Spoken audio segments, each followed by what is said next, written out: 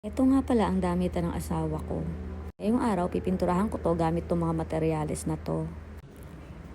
5 taon na rin ito mula nung ginawa. Inabot pa nga ito ng pandemic kaya hindi ganun kapulido ang gawa. Ayan o, marami siyang mga gilid-gilid na hindi naman na masilya.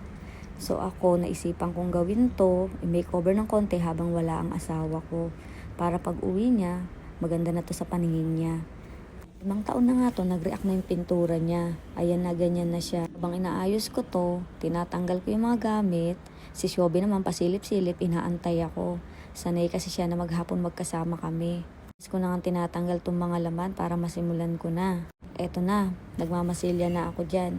Ang goal ko, lahat ng mga in-between na may mga gilid-gilid, malagyan ko ng masilya para kapag pinahirang ko ng pintura, wala na siyang gilid-gilid na butas-butas.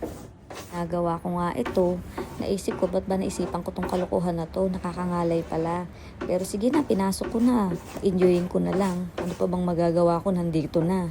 Kaya sa makakaisip gumawa ng ganito, kailangan meron kayong maraming energy at tiyaga para gawin to. Kasi ang sakit na sa balikat, mga mare.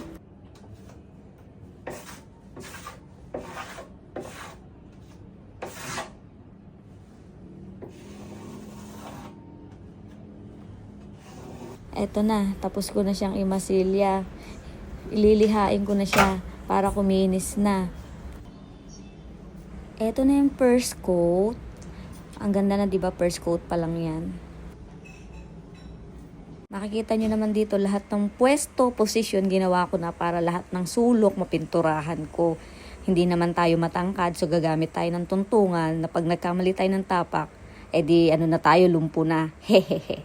6 PM na to ng gabi, minamadali ko na dahil kailangan ko pang asikasuhin ng aking syobebe. Nag-aantay na siya para kumain na kami. Ang kagandahan lang, yung pagkain namin, naluto ko na pang maghapon, kaya kakain na lang. Habang nakikita ko naman yung natatapos ko, gumagaan ang pakiramdam ko. Dahil may pinagbago naman yung kalokohang naisipan ko ngayong araw. Ang Sabado ko ay naubos dito sa kalokohang ito, baw. Medyo natatagalan ako sa pagpintura dahil ang bilis niya kainin yung pintura. Pagkakapahid ko, kinakain lang din ng kahoy. Siguro ganun siya kauhaw sa pintura, 'di ba?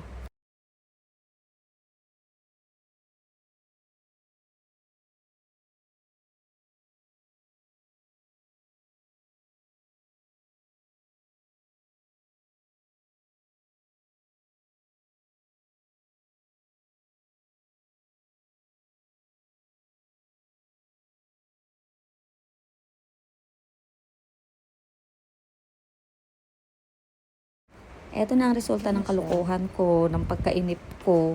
Ayan, bago ko binalik yung mga damit ng asawa ko kasi pang office niya yung iba dyan, pinalansya ko uli yan.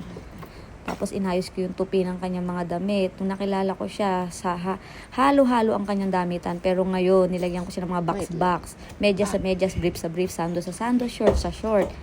Nagustuhan naman niya dahil convenient daw. At saka, dahil OC nga ako, lagi kong binibisita ang damitan niya kung maayos ba. Butas-butas, ang linis. Ito lang muna ang masishare ko sa inyo, mga mare ko, na kung mag-iisip kayo ng ganitong kalokohan, pag-isipan nyo dahil talaga ang sakit sa balikat. Diyos ko po, Rude. Pero kahit pagod siya, makikita mo naman may pinagbago. Kaya, ang ganda.